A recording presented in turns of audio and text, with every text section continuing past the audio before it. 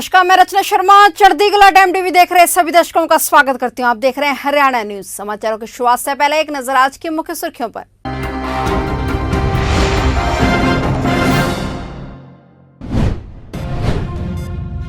हरियाणा में अब लोगों के आवेदनों को रद्द करना पड़ेगा महंगा। निर्धारित समय सीमा से काम न करने वाले अधिकारियों पर लगेगा जुर्माना। आज कड़े पहरे में SCS की परीक्षा, पेपर लीक न हो जाए इसलिए 9 घंटे तक इंटरनेट बंद।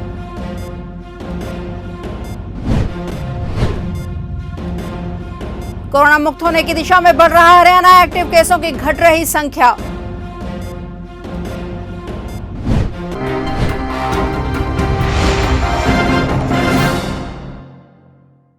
और अब समाचार विस्तार से।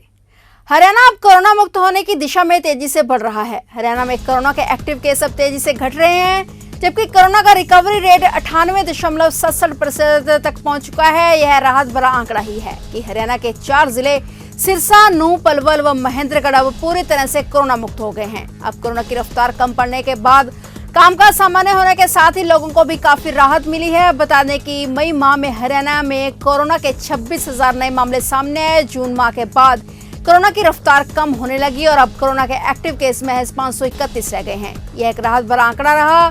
कोरोना को लेकर पैदा हुई स्थिति में मुख्यमंत्री मनोहर लाल खट्टर खुद मैदान में उतरे और हरियाणा के हिसार, पानीपत, सिरसा, गुरुग्राम सहित अनेक शहरों में अस्थायी अस्पताल बनाए गए, ऑक्सीजन का कोटा बढ़ाया गया और हवाई व रेल मार्ग के जरिए ऑक्सीजन मंगवाई गई। एक योजनाबद्ध तरीके से स्वास्थ्य विभाग की ओर से चलाए गए सार्थक अभियान के बाद ही स्थिति में सुधार आया है। स्वास्थ्य विभाग की ओर से जारी कोरोना बुलेटिन के अनुसार हरियाणा में 24 घंटे में कोरोना के 14 नए केस आए और 40 मरीज रिकवर हुए। अब तक प्रदेश में 7,70,640 पॉजिटिव केस सामने आ चुके हैं। पॉजिटिव मामलों में से 7,60,423 लोग ठीक भी हो चुके हैं। खास पहलू ये है कि विभाग की ओर से वैक्सीनेशन का काम भी तेज गति से चल रहा है। अभी तक कुल 1,82,09,980 लोगों का वैक्सीनेशन हो चुका है। टिकरी बॉर्डर पर किसान आंदोलन में शामिल 3 युवकों को अवैध हथियार के साथ काबू किया गया है। यह तीनों किसी वारदात को अंजाम देने की फिराक में घूम रहे थे, लेकिन उससे पहले ही पुलिस के हत्थे चढ़ गए। पुलिस ने उनके कब्जे से 3 देसी पिस्तौल बरामद किए हैं। तीनों आरोपी हरियाणा के सिरसा जिले के रहने वाले हैं। सभी आरोपियों को कोर्ट में पेश किया गया, जहां से उन्हें न्यायिक हिरासत में भेज दिया गया। CI2 in charge inspector Manoj Kumar ने बताया कि बहादुरगढ़ में पिछले दिनों काफी सारी आपराधिक वारदातें हुई हैं। इन्हीं वारदातों के चलते बहादुरगढ़ में सख्ती बढ़ाई गई है और संदिग्ध लोगों और वाहनों की चेकिंग की जा रही है। ऐसे में चेकिंग के दौरान उन्होंने 3 युवकों को अवैध हथियारों के साथ गिरफ्तार किया है। तीनों आरोपियों की पहचान सिरसा जिला निवासी गुरुदत्त, शुभम और अमनदीप के रूप में हुई है और पुलिस मुताबिक तीनों आरोपी पिछले लंबे समय से किसान आंदोलन में शामिल थे और अब किसी वारदात को अंजाम देने की फिराक में घूम रहे थे। इससे पहले ही पुलिस ने उन्हें गिरफ्तार कर लिया। आरोपियों पर इससे पहले भी अवैध हथियार रखने, रेप, लूट और कोर्ट में पेश न होने पर भगोड़ा होने जैसे मामले दर्ज हैं। पुलिस ने आरोपियों को कोर्ट में पेश किया, जहां से उन्हें न्यायिक हिरासत में भेज दिया गया है। हरियाणा में अब विभिन्न प्रकार की सेवाओं के लिए लोगों के आवेदनों को बिना किसी ठोस कारण के रद्द करना संबंधित अधिकारी को महंगा पड़ेगा। ऐसे मामलों पर सेवा का अधिकार आयोग द्वारा कड़ा संज्ञान लिया जाएगा और आयोग के मुख्य आयुक्त TC गुप्ता ने चेतावनी दी है कि अधिकारी बेवजह आवेदनों को रद्द करने की आदत को बदल लें। TC गुप्ता ने सोनीपत में सेवा का अधिकार अधिनियम के तहत अधिकारियों और गणमान्य नागरिकों की बैठक के दौरान ऐसे विभागीय अधिकारियों को तलब करते हुए विस्तार से कारणों की पड़ताल की, जिनके पास लंबित आवेदनों की संख्या अधिक है। इनमें खास तौर पर कृषि विभाग, हरियाणा राज्य कृषि विपणन board, housing board, town and country planning, परिवहन, अनुसूचित जाति एवं पिछड़ा वर्ग कल्याण, हरियाणा शहरी विकास प्राधिकरण, स्वास्थ्य विभाग, सामाजिक न्याय एवं अधिकारिता, शहरी स्थानीय निकाय शामिल हैं। उन्होंने कहा कि राज्य सरकार और आयोग का एकमात्र उद्देश्य है कि आमजन को सरकारी सेवाओं तथा योजनाओं का पूरा लाभ मिले। लोगों के काम बिना किसी परेशानी के समय पर तथा उनकी तसल्ली के साथ पूरे हों। अगर ऐसा नहीं होता है तो आयोग सख्त कदम उठाने के लिए भी तैयार है। उन्होंने कहा कि 31 विभागों की 546 सेवाओं को सूचीबद्ध किया गया है, जिनमें से 277 सेवाएं ऑनलाइन है। शेष सेवाओं को भी ऑनलाइन किया जाएगा। इन सेवाओं की डिलीवरी में लोगों को किसी भी प्रकार की समस्या नहीं होनी चाहिए। निर्धारित समय सीमा में लोगों को इन सेवाओं का लाभ मिलना चाहिए। इसकी उल्लंघना करने वाले अधिकारी पर जुर्माना लगाया जाएगा और यदि किसी अधिकारी पर 3 बार जुर्माना लगाया जाता है तो यह उसकी नौकरी पर भारी पड़ सकता है। हरियाणा लोक सेवा आयोग द्वारा आज हरियाणा सिविल सेवा व अन्य अलाइड सर्विसेज की प्रीलिम्स परीक्षा ली जा रही है। राज्य भर में कुल 1,48,242 अभ्यर्थियों के लिए 535 सेंटर बनाए गए हैं और इनके इर्द गिर्द कड़ी सुरक्षा व्यवस्था कर दी गई है। सभी जिलों में बाजार बंद के साथ ही एग्जाम सेंटर के आसपास 9 घंटे तक इंटरनेट भी बंद रहेगा। सुबह 8 बजे से ही कुछ इलाकों में इंटरनेट की स्पीड भी कम हो गई। इतनी कड़ी सुरक्षा व्यवस्था का एक ही कारण है कि पेपर लीक ना हो जाए, और इसी सुरक्षा के बीच पहली शिफ्ट की परीक्षा सुबह खत्म हो गई और 3 बजे से दूसरी शिफ्ट चली। पुलिस की तरफ से हर परीक्षा केंद्र पर 10 से ज्यादा पुलिसकर्मी तैनात किए गए हैं।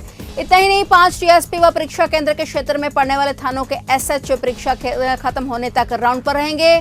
परीक्षा केंद्र पर पहुंचने वाले अभ्यर्थी को कड़ी जांच के बाद अंदर प्रवेश कराया गया। और बता दें कि हरियाणा में अभी हाल ही में पुलिस कांस्टेबल भर्ती का पेपर लीक हुआ था। इससे पहले भी कुछ पेपर लीक हो चुके हैं, जिसके चलते इस बार आयोग व प्रशासन ने कड़ी सुरक्षा की है।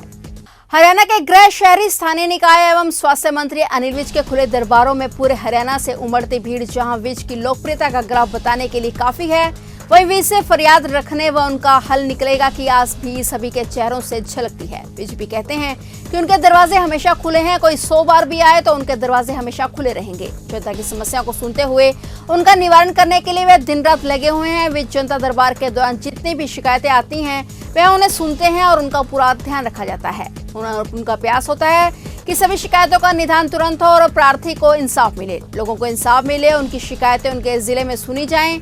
इसके लिए पुलिस अधीक्षक प्रतिदिन 1 घंटा लोगों की शिकायतें सुनते हैं। उनका पूरा प्रयास रहता है कि सभी शिकायतों का निदान तुरंत हो और प्रार्थी को इंसाफ मिले। गृह मंत्री अनिल विज द्वारा शनिवार व इतवार 2 दिन अंबाला में खुला दरबार लगाया जाता है। जनता दरबार के दौरान ज्यादातर विज शिकायतों को गंभीरतापूर्वक शिकायतों को सुनने के उपरांत संबंधित अधिकारियों को इन शिकायतों का निवारण प्राथमिकता से करने के निर्देश देते हैं। विज का कहना है कि यदि कोई भी उन द्वारा मार्क की गई शिकायत पर नियमों के तहत कार्रवाई में देरी करता है तो उसके खिलाफ कार्रवाई अमल में लाई जाएगी। अंबाला शहर के विधायक असीम गोयल का एक भड़कता हुआ बयान सामने आया है, और ये बयान उन्होंने यूथ कांग्रेस के एक ऐलान पर किया है। बता दें कि पिछले दिनों यूथ कांग्रेस ने एक बयान दिया था, जिसमें उन्होंने कहा था कि 17 तारीख को प्रधानमंत्री नरेंद्र मोदी के जन्म दिवस को वे लोग बेरोजगार दिवस के रूप में मनाएंगे, जिस पर पलटवार करते हुए असीम गोयल ने कहा है कि अगर लोग प्रधानमंत्री मोदी के जन्म दिवस को बेरोजगारी दिवस के रूप में मनाएंगे तो वह भी पूर्व प्रधानमंत्री इंदिरा गांधी के जन्मदिन को हत्या दिवस के रूप में मनाएंगे। उन्होंने कहा कि अगर वे लोग 17 तारीख को बेरोजगारी दिवस मनाएंगे तो वह भी 19 नवंबर को राष्ट्रीय हत्या दिवस के रूप में मनाएंगे। मुझे लगता है कि उन साथियों को याद रखना चाहिए 1984 में जो कत्ले गारत हुई थी, तो इंदिरा गांधी जी का जन्मदिन वो पहले राष्ट्रीय हत्या दिवस के नाते मनाएं, तो हम कहेंगे कि वो तब 17 सितंबर को जो है बेरोजगारी दिवस के नाते मना सकते हैं। देखिए, जिनके घर शीशे के होते हैं वो दूसरे के ऊपर पत्थर नहीं फेंकते। अगर युवा कांग्रेस 17 सितंबर को राष्ट्रीय बेरोजगारी दिवस के नाते मनाएगा तो 19 नवंबर हम भी राष्ट्रीय हत्या दिवस के नाते मनाएंगे।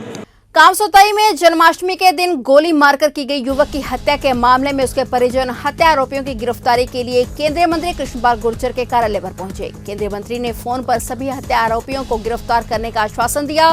परिजनों का कहना है कि कई दिन बीत जाने के बाद भी अभी तक आरोपी फरार घूम रहे हैं, जिसके तहत परिजनों ने आरोपियों की गिरफ्तारी की मांग की है। जितने भी मुलजिम हैं, क्या नाम है जी आपका? धर्मवीर सिंह। आज 28 सेक्टर पहुंचे हैं, क्या आश्वासन मिला? मंत्री जी मिले? मंत्री जी से फ़ोन से बात हुई है, उन्होंने आश्वासन दिया है कि कोई भी दोषी बचेगा नहीं। तो हमारा भी प्रशासन से यही निवेदन है कि कोई भी दोषी 11 के 11 में एक भी नहीं बचना चाहिए। मिलने किस संदर्भ में आए थे आप लोग? हाँ जी, किस संदर्भ में आए थे मिलने के लिए? क्यों मिलना था आप लोग? गिरफ्तारी के लिए। किस मामले में? मर्डर के। कल्पना चावला मेडिकल कॉलेज में डिलीवरी के लिए लाई गई एक महिला की संदिग्ध परिस्थितियों में मौत हो गई। परिजनों ने डॉक्टरों पर लापरवाही सहित अन्य आरोप लगाए और जमकर हंगामा किया। परिजनों का आरोप है कि डॉक्टरों के कारण उनकी बहू की मौत हो गई और उन्हें यह तक नहीं पता कि बच्चा हुआ है भी है या नहीं भी। परिजनों का आरोप है कि रीना की मौत डॉक्टरों के कारण हुई है। उसकी गर्दन पर भी कट के निशान हैं। फिलहाल ये जांच का विषय है। पुलिस ने मामले की जांच शुरू कर दी है। क्या हुआ था? ये जो लड़की है यहाँ पर डिलीवरी के लिए लाई गई थी, ठीक है जी। 9 महीना इसको चल रहा था लड़की को, ठीक है जी। 10 तारीख से यहाँ भर्ती की हुई है। 10 तारीख से के बाद 3 दिन बाद ये बताते हैं लड़की की डेथ हो गई, ठीक है जी। 13 से 14 यूनिट इन्होंने खून की ली है। उसके बाद इनका कहना है मतलब ये अभी लड़की आज इन्होंने कल रात को डेड कर दी, कि डेड है। बिना किसी फैमिली की परमिशन की, कोई परमिशन नहीं ली, किसी का कोई साइन नहीं, किसी को बताया नहीं। पीछे के रास्ते से डेड बॉडी निकाल रहे थे, ठीक है जी। डेड बॉडी इन्होंने किसी ने पेशेंट बराबर में था, पेशेंट ने बताया कि डिलीवरी होगी थी? हाँ जी, डिलीवरी होगी थी? डिलीवरी हुई नहीं हुई हमें नहीं पता, बच्चे का भी नहीं पता अब तक। बच्चा इन्होंने छिपा रखा है, क्या कर रखा है डॉक्टरों ने उस चीज़ का अभी तक कुछ पता नहीं है। ठीक है जी। इन्होंने ये बात बोली रात को जो लड़की का नाड़ टिकट लगाया हुआ है यहाँ पे भी डिलीवरी ऐसे करवाई जाती है, नाड़ टिकट लगा के। ठीक है जी। लाइव में अब जो सारे लाइव जुड़े हुए हैं, आप लोग ही बताओ क्या लाइव में आप लोगों ने कोई ऐसी डिलीवरी देखी है जो गर्दन पे कट मार के डिलीवरी? तो क्या मांग करते हैं आप? हमारी मांग ये है जी, हमारी बहन को इंसाफ मिलना चाहिए और बच्चे का हमें पता दो, बच्चा कहाँ है, डॉक्टर ने बच्चे को कहाँ छिपा रखा है, क्या सीन। मेजर ध्यानचंद जी के जन्मोत्सव पर शुरू हुए खेल पखवाड़े के अंतर्गत क्रीड़ा भारती की ओर से poly plastic India private limited के मैनेजिंग डायरेक्टर कपिल गुप्ता की अध्यक्षता में नेहरू पार्क योगा हॉल में समापन समारोह आयोजित किया गया, जिसमें मुख्य अतिथि के रूप में कई गणमान्य उपस्थित रहे। मां भारती, हनुमान जी व ध्यानचंद जी के चित्रों के समक्ष दीप प्रज्वलन के पश्चात वंदे मातरम गीत व खेल गीत से कार्यक्रम की शुरुआत हुई। प्रदेश उपाध्यक्ष डॉक्टर उमेश प्रताप वत्स, प्रदेश कोषाध्यक्ष जयप्रकाश सिंह, पूर्व जिला खेल अधिकारी DK साहनी, जिला अध्यक्ष रामनिवास गर्ग ने सभी मंचसीन गणमान्यों को पौधे व स्मृति चिन्ह भेंट किए। 29 अगस्त से लगातार अलग अलग स्थानों पर 18 प्रकार के खेलों की प्रतियोगिताएं करवाई गई, जिनमें 2449 खिलाड़ियों ने भाग लिया। लगभग 106 ऑफिशियल ने प्रतियोगिताएं संपन्न कराई। आदर्श गांव डोंडवा में राजकीय प्राथमिक पाठशाला स्थित आंगनवाड़ी केंद्र जर्जर हालत के चलते गिरने की कगार पर पहुंच चुका है। कई बार छत के लेंटर के टुकड़े भी गिर चुके हैं। गनीमत यह रही है कि जिस दौरान लेंटर के टुकड़े गिरे, कोरोना काल के चलते उन दिनों बच्चे आंगनवाड़ी केंद्र नहीं पहुंच रहे थे। आंगनवाड़ी वर्कर शीला ने बताया कि एक बार तो छत का टुकड़ा गिरने से वह भी बाल बाल बची हैं। उन्होंने बताया कि बरसात के दिनों में तो समस्या और भी बढ़ जाती है। बरसात का पानी भी आंगनवाड़ी केंद्र में एकत्रित हो जाता है। आंगनवाड़ी केंद्र की जर्जर हालत को देखते हुए वे कई बार अधिकारियों और पंचायत कर्मचारियों को अवगत करवा चुके हैं, लेकिन समस्या ज्यों की त्यों बनी हुई है। यह आंगनवाड़ी की छत गिरने लग रही सर, और बारिश का सारा पानी अंदर आया है। आप किस पोस्ट पे हो? मैं आंगनवाड़ी वर्कर जी। आंगनवाड़ी में? हाँ। फिर इसके लिए आपने अपने अधिकारियों को नहीं बात? बोला है जी, सुपरवाइजर को बोला था, सरपंच को भी बोला था। फिर उसके बाद कोई सुनवाई नहीं कर दे जी। कोई सुनवाई नहीं होती? ना जी। ये लेंटर कब से रहना शुरू हुआ? ये हो रहा है जी, मैं उधर शिफ्ट हुई ना 2 साल हो गई, यही प्रॉब्लम है 2 साल से। 2 साल से ही? हाँ, एक दिन मैं बैठी थी अंदर जी, कुर्सी पर थोड़े से बिच्चर से ऊपर तक गिर गया, मेरे सिर में लग गया, बस बच गई उस दिन।